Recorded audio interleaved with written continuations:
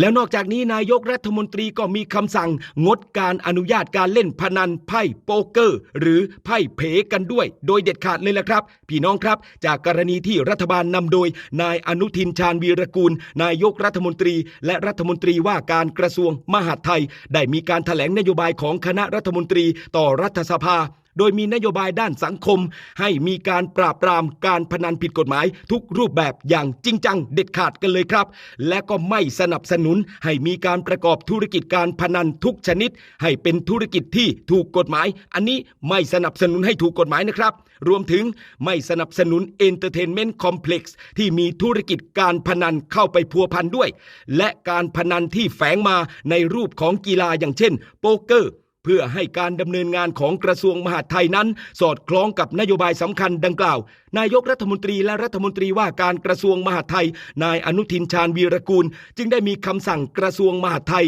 เรื่องวางหลักเกณฑ์การพิจารณาอนุญาตให้เล่นการพนันโดยมีสาระสำคัญให้งดการอนุญาตการเล่นพนันไพ่โป๊กเกอร์หรือไพ่เผ